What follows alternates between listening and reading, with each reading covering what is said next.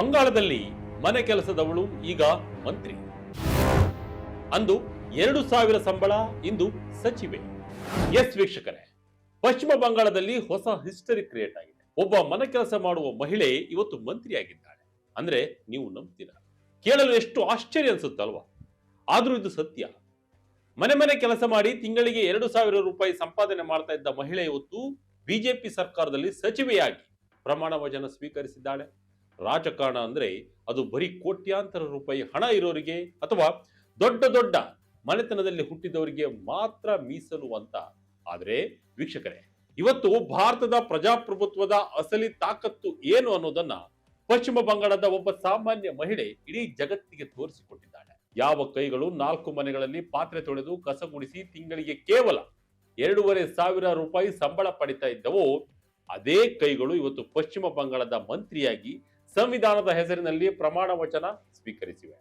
ಹೌದು, house gram ಕ್ಷೇತ್ರದ ಬಿಜೆಪಿಯ ಶಾಸಕಿ ಖಲೀದ್ ಮಜ್ಹಿ ಇವತ್ತು ರಾಜ್ಯದ ಮಂತ್ರಿಯಾಗಿ ಇತಿಹಾಸ ನಿರ್ಮಿಸಿದ್ದಾರೆ. ಅಷ್ಟಕ್ಕೂ ಈ ಖಲೀದ್ ಮಜ್ಹಿ ಯಾರು? ಕೇವಲ 2,500ಕ್ಕೆ ಕೆಲಸ ಮಾಡ್ತಿದ್ದವಳು ಮಂತ್ರಿಯಾಗಿದ್ದು ಹೇಗೆ? ಒಂದು ಸರ್ಪ್ರೈಸ್ ಕಾಲ್ ಈಕೆ ಬದುಕನ್ನೇ ಬದಲಿಸಿದ್ದು ಹೇಗೆ? ಒಂದು ಕಂಪ್ಲೀಟ್ ರೋಚಕ ರಿಪೋರ್ಟ್ ಇಲ್ಲಿದೆ. ಕೊನೆ ತನಕ ಮಿಸ್ ಮಾಡದೆ ಈ ವಿಡಿಯೋ ನೋಡಿ. ಮನೆಗೆಲಸ ಮಹಿಳೆಗೆ ಮಂತ್ರಿಗಿರಿ ಜಾಕ್ಪಾಟ್. ಎಸ್ ವೀಕ್ಷಕರೇ, ಇತ್ತೀಚೆಗೆ ಚುನಾವಣೆಯ ಪ್ರಕ್ರಿಯೆ ತುಂಬಾ ಬದಲಾಗ್ತಾ ಇದೆ. ಕೇವಲ ದುಡ್ಡು ಇದ್ದವರಿಗೆ ಮಾತ್ರ ಎಲೆಕ್ಷನ್ ಅನ್ನೋ ಕಾಲ ಹೋಗ್ತಾ ಇದೆ. ಸಾಕಷ್ಟು ಸುದ್ದಿಗಳನ್ನು ನಾವು ನೋಡಿದ್ದೇವೆ. ತಮಿಳುನಾಡಿನಲ್ಲಿ ಕೂಲಿ ಕಾರ್ಮಿಕನ ಮಗ ಮಂತ್ರಿಯಾಗಿದ್ದು, ವಿಜಯ್ನ ಕಾರು ಚಾಲಕನ ಮಗ ಶಾಸಕನಾಗಿದ್ದು, ಇನ್ನು ಅನೇಕ ಈ ರೀತಿಯಾದಂತಹ ಉದಾಹರಣೆಗಳಿವೆ. ಈಗ ಪಶ್ಚಿಮ ಬಂಗಾಳದ ಈ ಮಹಿಳೆ ಅಂದ್ರೆ ಮನೆ ಕೆಲಸ ಮಾಡುವ ಈ ಮಹಿಳೆ ಅವತ್ತು ಗೆದ್ದು ಇತಿಹಾಸ ನಿರ್ಮಿಸಿದ್ರು. ಇಂದು ಆ ಮಹಿಳೆಗೆ ಬಿಜೆಪಿ ಸರ್ಕಾರ ಮಂತ್ರಿ ಪಟ್ಟವನ್ನು ಕಟ್ಟಿದೆ. ಎಷ್ಟು ಹೆಮ್ಮೆ ಅನ್ಸುತ್ತೆ ಅಲ್ವಾ? ಎಸ್, ಪಶ್ಚಿಮ ಬಂಗಾಳದ ನೂತನ ಮುಖ್ಯಮಂತ್ರಿ ಸುವೇಂದು ಅಧಿಕಾರಿ ಅವರು ತಮ್ಮ ಸಂಪುಟವನ್ನ ವಿಸ್ತರಿಸಿದ್ದಾರೆ.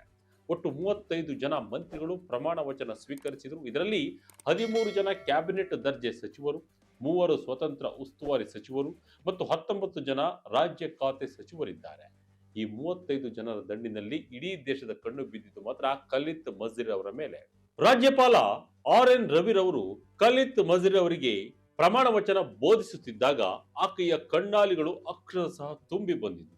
ನನ್ನಂತಹ ಒಬ್ಬ ಸಾಮಾನ್ಯ ಮಹಿಳೆ ಇನ್ನೊಬ್ಬರ ಮನೆಯಲ್ಲಿ ಕೆಲಸ ಮಾಡುತ್ತಿದ್ದವಳು ಮಂತ್ರಿ ಆಗ್ತೀನಿ ಅಂತ ಕನಸಿನಲ್ಲೂ ಅಂದುಕೊಂಡಿರಲಿಲ್ಲ ಅಂತ ಖಲೀದ್ ಮಜ್ಹಿ ಭಾವುಕರಾಗಿ ಹೇಳಿದ್ದಾರೆ.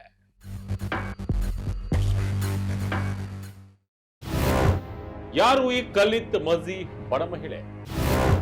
ಶಿಕ್ಷಣಕ್ಕೆ ಮುಳುವಾಗಿದ್ದ ಬಡತನ. ವೀಕ್ಷಕರೇ, ಖಲೀದ್ ಮಜ್ಹಿ ಅವರ ಹಿನ್ನೆಲೆ ಕೇಳಿದ್ರೆ ನಿಮಗೆ ಕಣ್ಣೀರು ಬರುತ್ತೆ. ಅತ್ಯಂತ ಬಡ ಕುಟುಂಬದಲ್ಲಿ ಹುಟ್ಟಿದ ಇವರು ಹಣದ ಕೊರತೆಯಿಂದಾಗಿ ತಮ್ಮ ಶಾಲಾ ಶಿಕ್ಷಣವನ್ನೇ ಅರ್ಧಕ್ಕೆ ನಿಲ್ಲಿಸಬೇಕಾಯಿತು. ಮದುವೆಯಾದ ಮೇಲೂ ಬಡತನ ಇವರನ್ನ ಬಿಡ್ಲಿಲ್ಲ. ತಮ್ಮ ಸಂಸಾರವನ್ನು ಸಾಗಿಸಲು ಖಲೀದ್ ಮಜ್ಹಿ ಅವರು ಅನಿವಾರ್ಯವಾಗಿ ಮನೆ ಕೆಲಸದೊಳಗಾಗಿ ಕೆಲಸವನ್ನ ಶುರು ಮಾಡಿದ್ರು. ದಿನಕ್ಕೆ 4 ಮನೆಗಳಲ್ಲಿ ಪಾತ್ರೆ ತೊಳೆದು ಬಟ್ಟೆ ಒಗೆದು ಅವರ ಸಂಪಾದನೆ ಮಾಡ್ತಿದ್ದು ಕೇವಲ 2,500 ರೂಪಾಯಿ ಮಾತ್ರ, ಅದು ತಿಂಗಳಿಗೆ. ಇವರ ಪತಿ ವೃತ್ತಿಯಲ್ಲಿ ಒಬ್ಬ ಪ್ಲಂಬರ್ ಅಂದ್ರೆ ನಲ್ಲಿ ರಿಪೇರಿ ಮಾಡುವ ಕೆಲಸ ಮಾಡ್ತಾರೆ.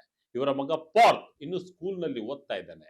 ಇಂತಹ ಒಂದು ಪುಟ್ಟ ಮತ್ತು ಅತ್ಯಂತ ಬಡ ಸಂಸಾರದಿಂದ ಬಂದ ಈ ಮಹಿಳೆ ಇವತ್ತು ಬರೋಬ್ಬರಿ 10 ಕೋಟಿ ಜನರ ಭವಿಷ್ಯವನ್ನ ನಿರ್ಧರಿಸುವ ಸಚಿವ ಸ್ಥಾನಕ್ಕೆ ಏರಿದ್ದಾರೆ. ಅಂದ್ರೆ ಇದು ಪ್ರಜಾಪ್ರಭುತ್ವದ ಪವಾಡವಲ್ಲದೆ ಮತ್ತೇನು? ಬದುಕನ್ನೇ ಬದಲಿಸಿದ ಆ ಒಂದು ಫೋನ್ ಕಾಲ್. ಮಂತ್ರಿ ಆಗ್ತೀನಿ ಅಂತ ಗೊತ್ತಾದಾಗ ಕಣ್ಣೀರು. ಮಂತ್ರಿಯಾಗಿ ಆಯ್ಕೆಯಾದ ಆ ಕ್ಷಣ ನಿಜಕ್ಕೂ ರೋಚಕವಾಗಿದೆ. ಭಾನುವಾರ ಸಂಜೆ ಖಲೀದ್ ಮಜ್ಹಿ ಅವರಿಗೆ ಒಂದು ಅಪರಿಚಿತ ನಂಬರ್ ಇಂದ ಕಾಲ್ ಬಂತು. ನೀವು ಕೂಡಲೇ ಕೋಲ್ಕತ್ತಾಗೆ ಬರಬೇಕು, ಅಲ್ಲಿ ಒಂದು ಮೀಟಿಂಗ್ ಇದೆ ಅಂತ ಅಧಿಕಾರಿಗಳು ತಿಳಿಸಿದ್ರು.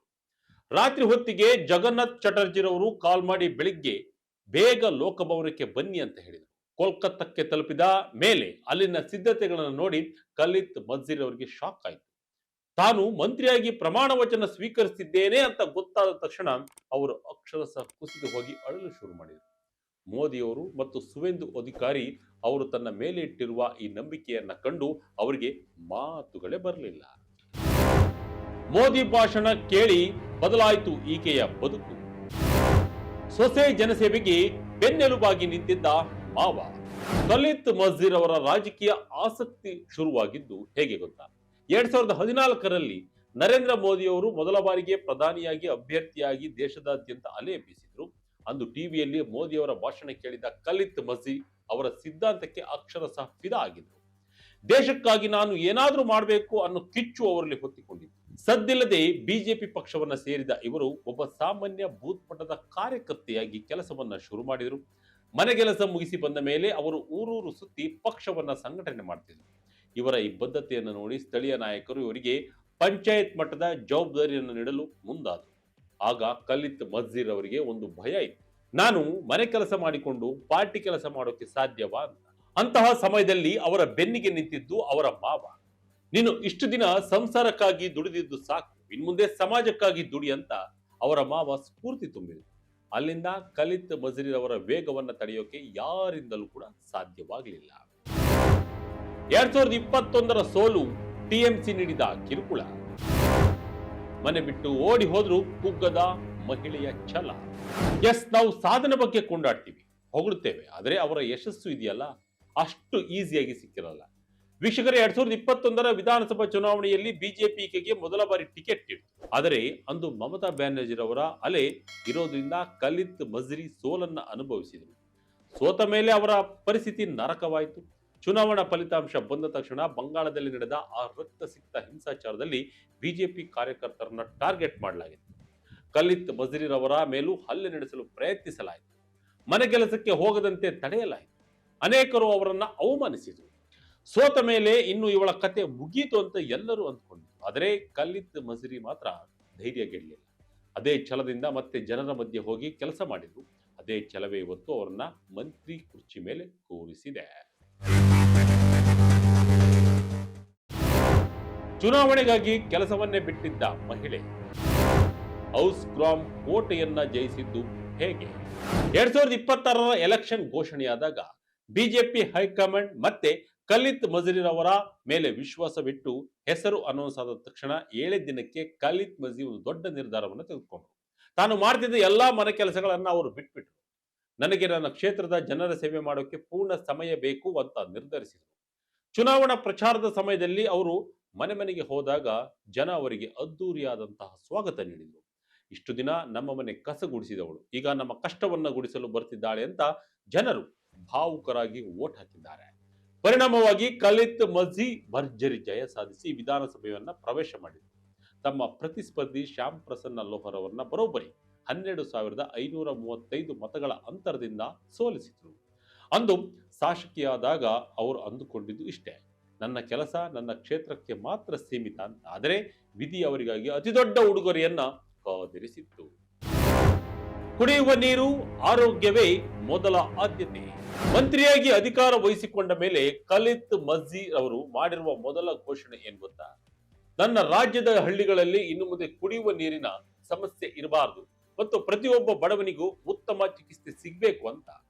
ನಾನು ಅನುಭವಿಸಿದ ಕಷ್ಟ ಇನ್ನೊಬ್ಬರು ಅನುಭವಿಸಬಾರದು ಅನ್ನೋದು ಇವರ ಹಠ. ನನ್ನಂತಹ ಬಡವರಿಗೆ ನಾನು ಹೇಳೋದು ಒಂದೇ, ನಿಮ್ಮ ಮೇಲೆ ನೀವು ನಂಬಿಕೆ ಇಡಿ, ಕಠಿಣ ಶ್ರಮ ಪಡಿ. ಈ ದೇಶದಲ್ಲಿ ಸಾಧನೆಗೆ ಬಡತನ ಅಡ್ಡಿಯಲ್ಲ ಅಂತ ಅವರು ಇಡೀ ದೇಶದ ಬಡಜನತೆಗೆ ಸಂದೇಶವನ್ನು ನೀಡಿದ್ದಾರೆ. ಪ್ರಧಾನಿ ಮೋದಿ ಮೆಚ್ಚಿದ ಮಹಿಳೆ. ಎಸ್ ವೀಕ್ಷಕರೇ, ಚುನಾವಣೆ ಅಂತ ಬಂದಾಗ ಬಿಜೆಪಿ ಹೊಸ ಹೊಸ ರಣತಂತ್ರ ಹಣೆಯುವುದರಲ್ಲಿ ನಿಪುಣರು. ಅಮಿತ್ ಶಾ ಹಾಗೂ ಪ್ರಧಾನಿ ಮೋದಿ ಅವರು ಜೋಡಿ ಮೊದಲಿನಿಂದಲೂ ಕೂಡ ಈ ಸಾಹಸ ಮೆರೆದುಕೊಂಡೇ ಬಂದಿದೆ.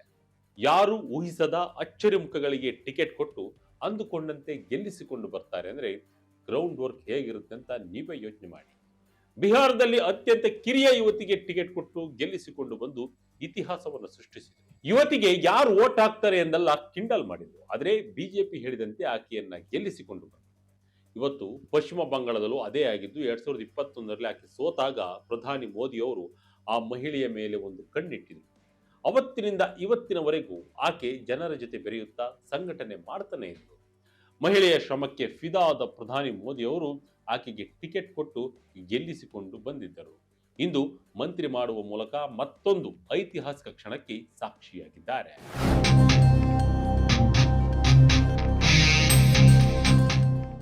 ಖಲೀದ್ ಮಜ್ರೀರ್ ಅವರ ಈ ಅಸಾಧಾರಣ ಬದುಕಿನ ಪಯಣ ಪ್ರತಿಯೊಬ್ಬ ಭಾರತೀಯನಿಗೂ ಒಂದು ದೊಡ್ಡ ಸ್ಫೂರ್ತಿ. ಭಾರತೀಯ ಪ್ರಜಾಪ್ರಭುತ್ವದಲ್ಲಿ ಸಾಮಾನ್ಯರಲ್ಲಿ ಸಾಮಾನ್ಯರಿಗೂ ಅತ್ಯುನ್ನತ ಸ್ಥಾನ ಸಿಗಬಹುದು ಎಂಬುದಕ್ಕೆ ಇವರೇ ಅಪ್ಪಟ ಸಾಕ್ಷಿ. ಮನೆ ಮನೆ ಕೆಲಸ ಮಾಡುತ್ತಾ ಕೇವಲ 2,500 ರೂಪಾಯಿ ಸಂಪಾದಿಸುತ್ತಿದ್ದ ಮಹಿಳೆ ಇಂದು ಬರೋಬ್ಬರಿ 10 ಕೋಟಿ ಜನರ ಭವಿಷ್ಯ ರೂಪಿಸುವ ಸಚಿವ ಸ್ಥಾನಕ್ಕೆ ಏರಿರುವುದು ನಿಜಕ್ಕೂ ಶ್ಲಾಘನೀಯ. ಇವರ ಛಲ, ಬದ್ಧತೆ ಮತ್ತು ನಾಯಕತ್ವದ ಗುಣಗಳು ಇಡೀ ದೇಶದ ಗಮನ ಸೆಳೆದಿವೆ. ಬಡತನ ಎನ್ನುವುದು ಸಾಧನೆಗೆ ಎಂದಿಗೂ ಅಡ್ಡಿಯಲ್ಲ. ಪ್ರಾಮಾಣಿಕತೆ ಇದ್ದರೆ ಎಂತಹ ಎತ್ತರವನ್ನಾದರೂ ತಲುಪಬಹುದು ಎಂಬುದನ್ನ ಖಲಿದ್ ಮಜ್ಸಿ ಸಾಬೀತುಪಡಿಸಿದ್ದಾರೆ. ಈ ರೋಚಕ ಕಥೆಯ ಬಗ್ಗೆ ನಿಮ್ಮ ಅನಿಸಿಕೆಯನ್ನ ತಪ್ಪದೆ ಕಮೆಂಟ್ ಮಾಡಿ ತಿಳಿಸಿ. ಇದಾಗಿತ್ತು ಈ ಕ್ಷಣದ ಇಂಟ್ರೆಸ್ಟಿಂಗ್ ಸ್ಟೋರಿ. ಇದೇ ರೀತಿಯ ಸ್ಟೋರಿಗಾಗಿ Vijaya Karnataka website, YouTube page, Facebook page follow ಮಾಡ್ತಾ ಇರಿ. ಧನ್ಯವಾದಗಳು.